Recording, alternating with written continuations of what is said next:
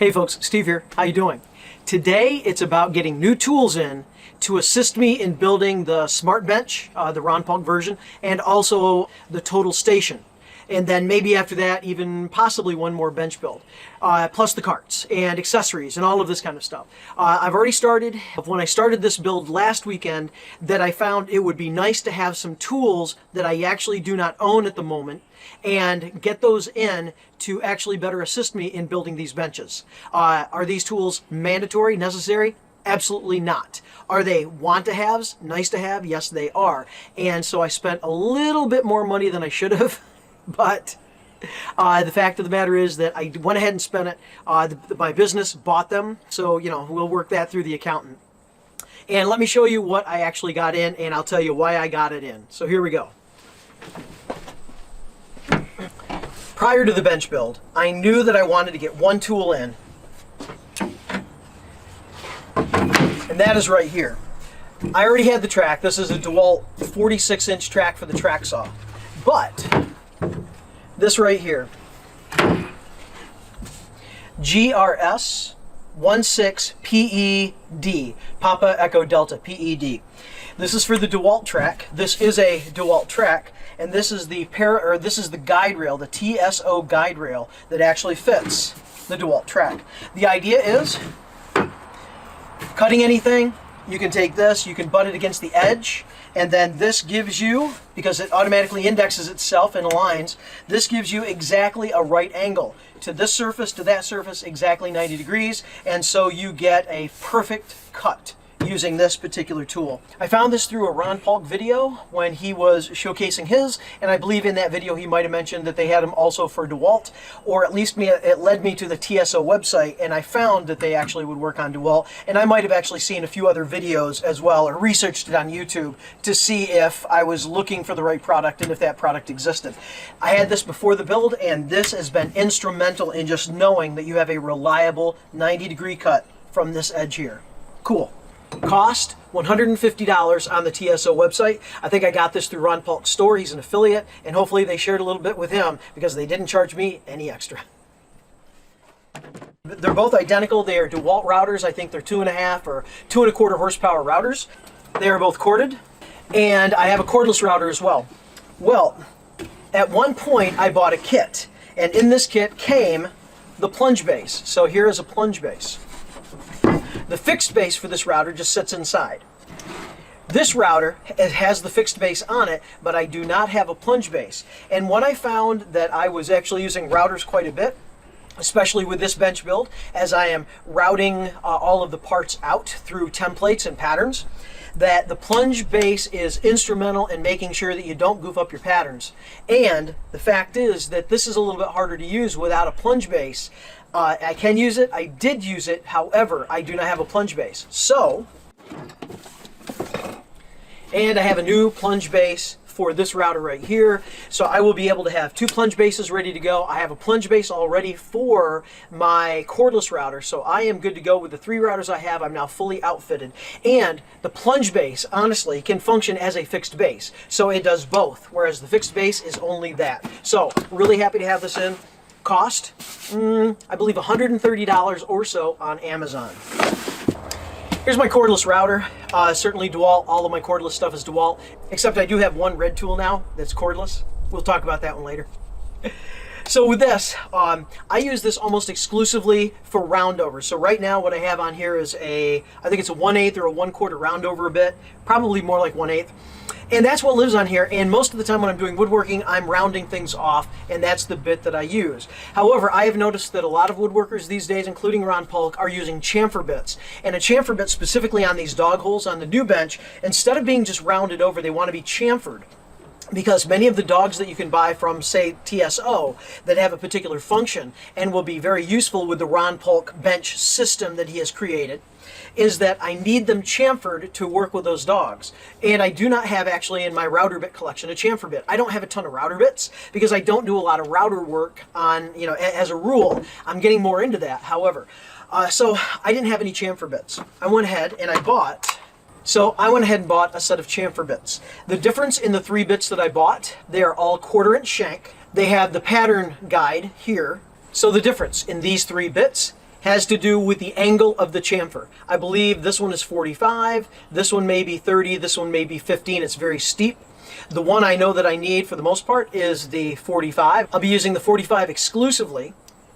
And with this 45, I will go ahead and install it, and it'll be kind of like the permanent fixture on this particular cordless router. What my plan is also is to actually get a second cordless router, so I can then have the luxury of one that's just permanently ready to go with a chamfer, and then the other that I can kind of swap bits out and feel comfortable that this is always set up, and then the other one has its uses for whatever else I am doing.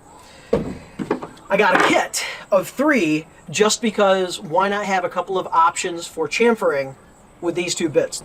These router bits are made in China, and I bought them off of Amazon. I picked kind of a mid-price. I didn't want to pay too much money for it. If I decide that I'm using chamfer bits all the time and I need a better grade router bit, then I will go ahead and invest the money at that point in a better grade router bit. But until then, it's exploratory. As a result, I bought the Vikiton, Vikiton. That's the name of this company, or at least the provider, and it is made in China with the 1/4-inch shank, 3 pieces, woodworking, and that's it. There is no particular part number here. Available on Amazon. If I had an affiliate link, I would have a link for you. And lastly, but certainly not leastly, is this thing right here. Check this out. Zoom in on that one. Last time, 5 years ago, 4 years ago, when I built this bench, I created a template that was 7 feet long by about 1 foot wide. It hangs in there, and it's probably on a video about the new bench build, so it's probably in there somewhere. My old template. I laid it out. It was this is all done on English, so these are 3/4-inch holes on 4-inch centers all the way around, with the exception of the outer band of holes. I have an extra set of holes. And all I did was I just laid it out with, with measuring tape, tick marks, and then pre-drilled, and then drilled the holes, and that became my router template for this whole bench. And it's good, but I know it's clearly not perfect. And so I can't trust these holes necessarily to be 90 degrees from each other if I want to do layouts with anything, dogs or anything like that. I can't trust these holes for layout. So what these holes really are is for for bench dogs or for whatever other implements, clamping. So it's really that kind of a table, but it's not meant for layout. It is not CNC perfect by any stretch. I'm trying to up my game, and by upping my game, I'm going to take the advice of Ron, specifically, who got back to me in a comment, as well as 3 or 4 others that commented. They were the only ones that commented on a video I put out about the new bench build and how am I going to do these dog holes. I had 3 or 4 different options, and to a fault, everyone in there said, hey, you got to go with the Parf, you got to go with the Parf, you got to go with the Parf Guide. And I even had 2 of those commenters saying, I've got one you can borrow if you want to try it out. That was great. Now, one of them is a frequent commenter, Russ Albright, that I know. I know through his comments, and plan on actually meeting up with him some point for a cup of coffee. Russ? However, the other one, I'm not quite sure that I actually know as well to say, yeah, I'd like to borrow it. Where can we meet up? But I gave it a thought, and I said, if I'm going to use this tool, I want to use this tool. So on the advice of Ron and you others, thank you very much, I went ahead and bit that bullet, paid the money, $260, and I have the Parf Mark II Guide System. And so here it is. There is a Mark 1, I guess, a version 1. This is the latest version. It's been out for a long time, as far as I'm aware. I got this off of TSO, their website. Specifically, it's the UJK Parf Mark II Guide System. So very excited. I ordered this last Sunday. It is now Saturday. It came in the mail while I was out doing a dump run. All right, so let's check out what is in this particular kit. And then I'll have a different video on my learning curve on how to actually use this kit to lay out all of these holes on the new bench. Now, when I go to do that, I'll actually just lay them out on a piece of plywood, do the whole piece of plywood to make sure I know how to run this tool. And then after that, I'll attack the bench top itself. Here's the packaging, so you can see all the packaging. Guidebook. This will be instrumental for me, although I'm going to watch some YouTube videos tonight and tomorrow morning to get ready for this. TCT boring bit with split stop collar.